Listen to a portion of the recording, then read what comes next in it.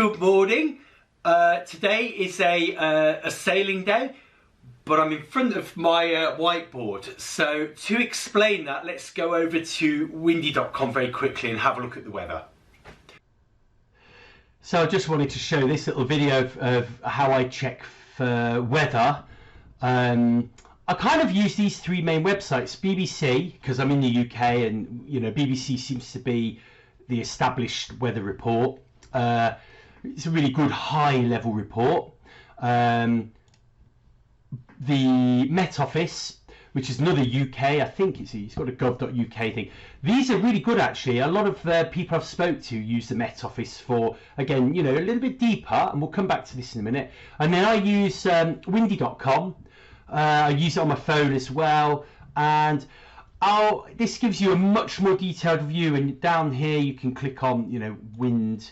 Waves aren't really appropriate. You can see all the different wind places it's getting its things from, but even on the basic view you can see there's one there. So what I do, I come in here and I'll kind of refresh them all, and I'll come to the BBC and I'll see, look, I normally sail on a Thursday, but this week it's going to be Friday, so I can see instantly the temperatures go up a little. It's been a little bit chilly the last 2 days.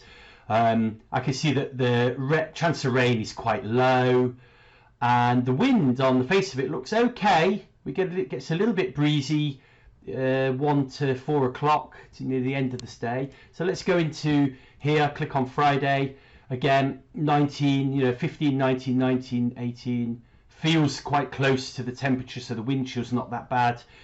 Here you've got starting to know where the wind's coming on. So the west-southwesterly wind for Bala is the good wind. It's not coming over too much land or going through too many valleys, so it's less gusty. Now here it's saying, you know, 8 miles an hour with gusts of, you know, 20 miles an hour under. Quite manageable. That's actually a nice sailing day, I think. And now I'll come into windy. Now I have a problem with windy, and that is that I have some of the weather forecasts in windy have been a little bit crazy. You can see that, you know, it's saying rain where none of the other sites were saying rain. The temperature's much lower, and then, you know, the wind is always a bit high. And actually last week the wind was like roughly like this and there was nothing. So, you know, you do have to take windy with a pinch of salt. You know what? You have to take the weather forecast with a pinch of salt. You have to do your best. So I just thought I'd show you. This is generally how I check the weather, and I do it, you know, all the while. I'll check it 2 or 3 times a day leading up to the day. The weather obviously gets more accurate the closer it is.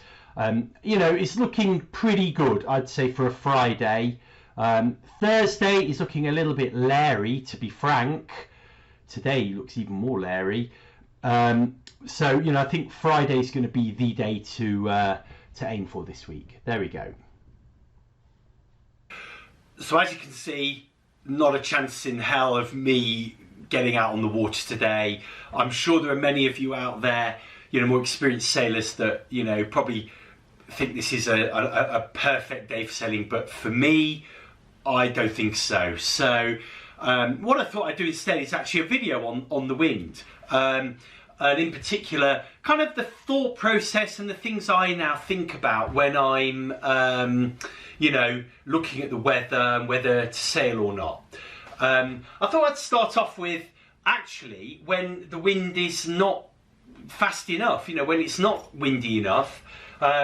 For me now, I would say that's, you know, 5 miles an hour or under, maybe 6 on the forecast, you know, gusts of 10 or 12 miles an hour. I'm starting to think this is going to be a very, very quiet day.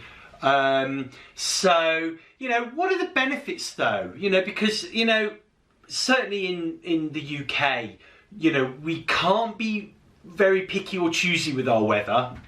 It's either sunny, hot and no wind, or it's cold, rainy and loads of wind. We've got to sort of take our opportunities while we can. So, you know, the first thing that springs to mind is when there's sort of very little wind, things do get a whole lot less hectic on the water. So what I found is that, you know, yes, there's not so much wind, the boat's pootling along very, very slowly, but it gives you a lot more time to do your manoeuvres. So, you know, when you're jibing on a low wind day, you know, it is a lot less aggressive. You're far less likely to make mistakes. You've got a lot more time to let certain things sink into you. Now, when I first started sailing, the first week it was crazy weather. I since found out. The next week it was an extremely slow day. But actually, it did me a whole world of good, because that day taught me, actually, it just drummed into me, you know, how you need to use your tiller, hold the main sheet, look where you're going, work out the balance of the boat, you know. And having very little wind on that second week of sailing actually instilled a lot of skill and a lot of confidence in me. That brings me on to the next point, balance. If it's not windy, it's actually incredibly hard to balance the boat. And if you're a bigger guy like me, you've got to be very, very careful where you sit on the boat to make sure it's balanced. So you spend a lot of time crouching in the middle of the boat. But what this also gives you, it really gives you an innate feeling for your boat. You know, suddenly those horrible little twitches where, you know, the boat's moved just that much, but you think you're going to capsize, suddenly start to make sense in your head. And when you go back to sailing in higher winds, it all starts to make sense in your head. I think sailing's like everything else. You've got to learn how to sail, but, you know, from a technical aspect, but there's also that feeling element. And in a dinghy, everything's about feel. You know, you can't leave your mind wandering for a split second, really, otherwise things can happen that you didn't want to happen. So in slow wind, you learn all about balance as well. Because you're doing a little bit less, it's less hectic, there will be gusts in a low wind day, and actually you've got so much more time to sit there and think, well, okay, let's have a look round. Oh, look, there's a little gust forming, I can see it on the water. You know, when you're in 12, 14 mile an hour winds, as an amateur sailor, that's kind of the last thing on your mind, you know. But when you've got time, you can start to just look at other little things that can, you know, that can then become innate on those hard weather days. It's actually a little bit like, I'm an ex-rugby player, and they used to have a phrase that said, if you don't do it on the train during training, you won't do it on the pitch. So, you know, when you've got the opportunity to calm down and learn a few more things, there'll be more chance those things will become a lot more innate and ingrained in your head when you really need them. You can learn a lot about sail trim on a low wind day. When it's really windy in a dinghy, you know, there's pretty much not much you can do with your sail trim. You just tighten everything up, you know, and hope for the best in a way. Whereas on a low wind day, you can start to play with your mainsail. You can sort of put the jib in different places. You know, you can. You even got a lot more time to work out where the wind's coming from sometimes. So, you know, you can do all kinds of different reaching, running, beating, and actually your mind can spend a lot more time looking at your sails, looking at your telltales if you've got them fitted to your sail, and seeing just what's happening. And it's quite interesting, and you do learn a hell of a lot. The other thing, you know, I would say in slow wind, I've been in situations where the lake's like glass and there's just nothing. So, you know, don't sail. If you've got an electric motor, put that on the back. De-rig your boat, takes 10 minutes, put the motor on the back and go for an explore. You know, I love actually doing that. And I'll motor over to the jetties around the lake and I'll go and have a coffee. I'll learn different skills. So, you know, I'll learn how to moor up with a motor, reversing and all kinds of things, you know. So there's a whole different set of skills you can learn anyway. You can go and have a row or a paddle. I've spent you know, a whole day almost just paddling around the very bottom of the lake where it's really shallow and there's loads of wildlife. So, you know, I was able to just spend the day, you know, looking at wildlife, just enjoying the sun and whatnot, relaxing. You can even go for a swim if you so desire. Some negatives of a sailing day: it can get boring. I mean, look, let's face it, if you want to sail and there's no wind, you're going to really struggle, and it can get boring. You can also get stuck. So I've been stuck in the middle of the lake for, you know, an hour, actually, one week, where I actually was considering, you know, I was really thinking about, I'm going to have to get my paddle and paddle into shore. It's also not good if you're on a little bit of a time constraint. You need to get home and things like that, and you're stuck over the other side of the lake, and it's going to take you an hour to just do that 1 kilometre. So just be aware of that.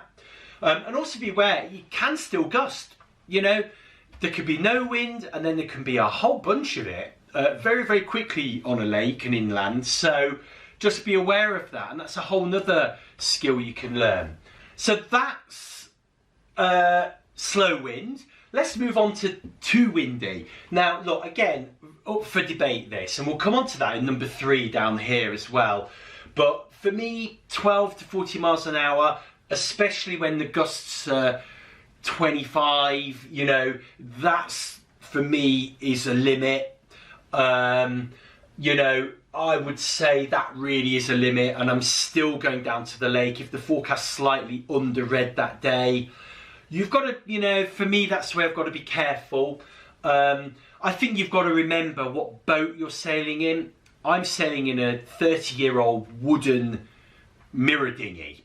I love it to bits, but that dinghy is just not going to cope quite as well as a brand new, you know, laser bahia or catamaran. You know, you've got to also remember that your boat, there are constraints. You know, the rigging's older, it's not as strong, you know, and, you know, it's just not as sailorable as a brand new yacht, a GRP boat maybe. Make sure you remember about your experience as well. Like I've just said, some people will say, well, 20 knot winds with gusts of 30 and I'm fine in that. Well, I'm not, you know, I'm just not. You've got to learn, you've got to know about yourself and not be too worried about just giving up for the day. Remember where you are sailing as well. So in my last few videos sailing on the lake, you know, I did get knocked with, my confidence did get knocked from that really crazy day I had, capsizing and not being able to recover the boat so well.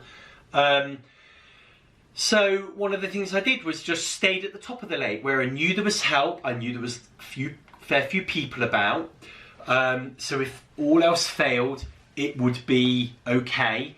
And actually, I made sure the tide was the right way. So, you know, I knew I'd only have 50, 60, 70 meters just to drift into shore, into you know, chest, waist height water. Everything's fine. Actually, sailing on a lake, you are a lot safer than sailing in the sea.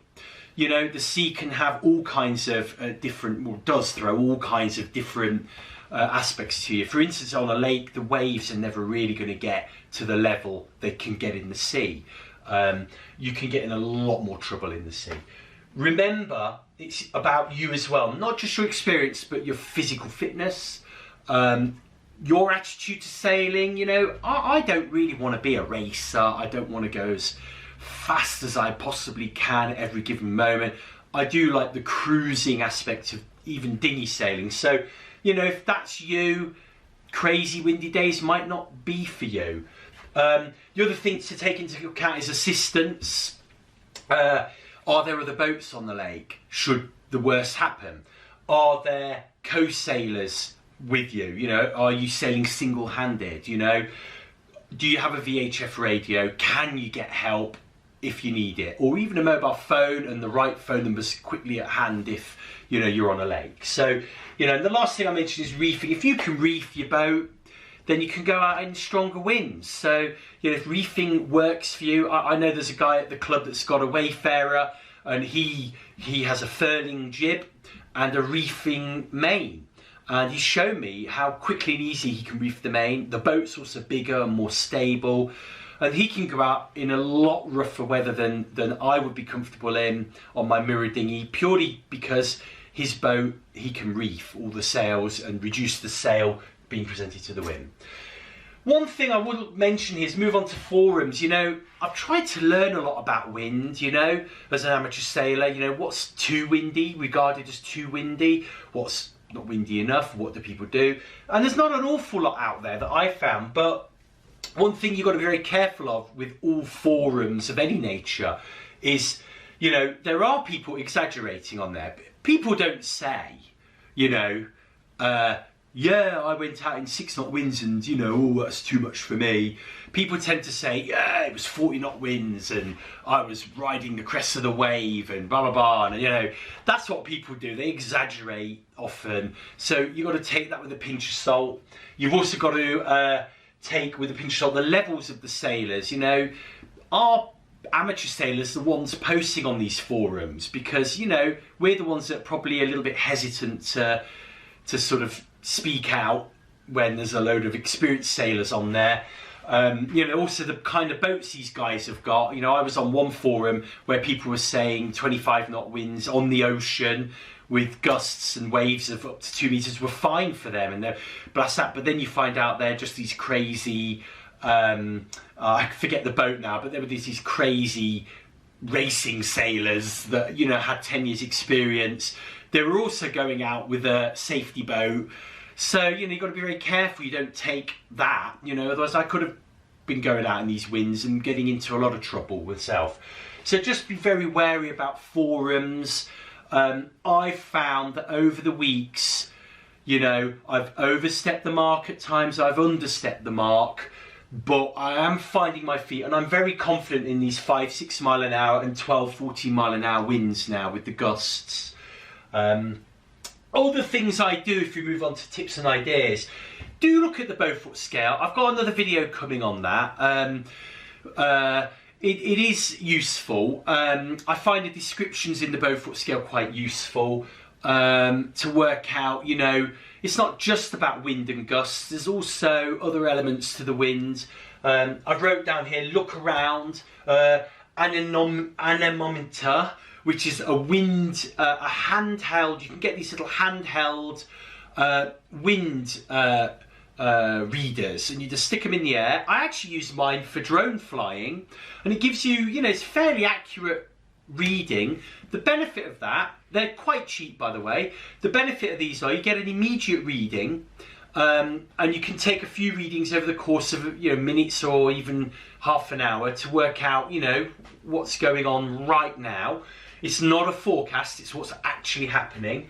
And take the time to look around. You know, sometimes in high wind, I'll even have the boat in the water and I'll just be stood there with the boat facing into the wind, just having a good look around, thinking, you know, do you know what? This is not good, you know? Or, do you know what? I am going to go. It's okay. Looking at the trees, looking at the waves, looking at the wind, the gusts, everything. So make sure you have a good look round. Sometimes you've just got to take the plunge. You've got to go down to your boat, rig it up, get ready, and even at that point you can stop and not sail. There's no shame in waiting. Go and have a coffee, go and chat to other club members. You know, the number of times I've been stuck with no wind or too high wind and the weather has just changed within half an hour, and you know, you're suddenly sailing in the best conditions ever, you know. And you know, don't go home, just have a coffee, have your lunch, early lunch or something like that, go find something else to do and wait. The conditions will very often change favourably for you. You know, I spend a lot of time doing projects, so whenever I go down to my boat and I'm not sure if the conditions are going to be right, I'll make sure I've got a number of little projects to do on the boat. There's always something to fix, there's always something to do. As you know, I love tinkering with my boat as much as I do sailing with it. So, you know, there's loads of stuff you can do. And, you know, and training as well. You know, today I'm not getting out on the water, I've got a spare day. Well, I could go and train. There's loads of online courses you can do. There's loads of reading you can do. There's always something to learn with sailing at any level. And, you know, one of the things I'm trying to get through is my VHF course. So, you know, doing that online, you know, is something you can just do today instead of sailing. And, you know, you've moved forward, you know, in terms of your sailing experience. If it weren't sailing, you know, today it was training. And just bringing me on to training, something I did miss out here on the slow wind is you can actually use those days for testing all sorts of equipment out. You know, sea anchor, your anchor, you know, just playing around with these things, seeing what happens if you heave to, or seeing what happens if you just reduce all your sails down. You know, loads of things you can do in a slow wind day as well. And I apologize, I forgot to mention that in this section here. So anyway, that's just a, you know, a video about the wind, how I see it as an amateur sailor. Any comments appreciated, you know, of course, always eager to learn. But, you know, I just wanted to pass on kind of my thoughts on conditions when they're not ideal.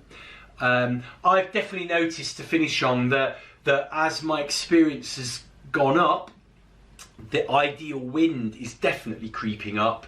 You know, I would never have thought 12 to 40 mile an hour winds were okay, you know, a month ago. You know, I would have thought 8 to 10, you know, now 12 to 14, you know, so your experience does go up. But remember, you know, it's not a race, it's not a who's better than who, it's about being safe primarily. So, you know, these are the things I sort of think about, safety, especially when it's too windy. Thank you very much for watching, and I'll catch you in the next one.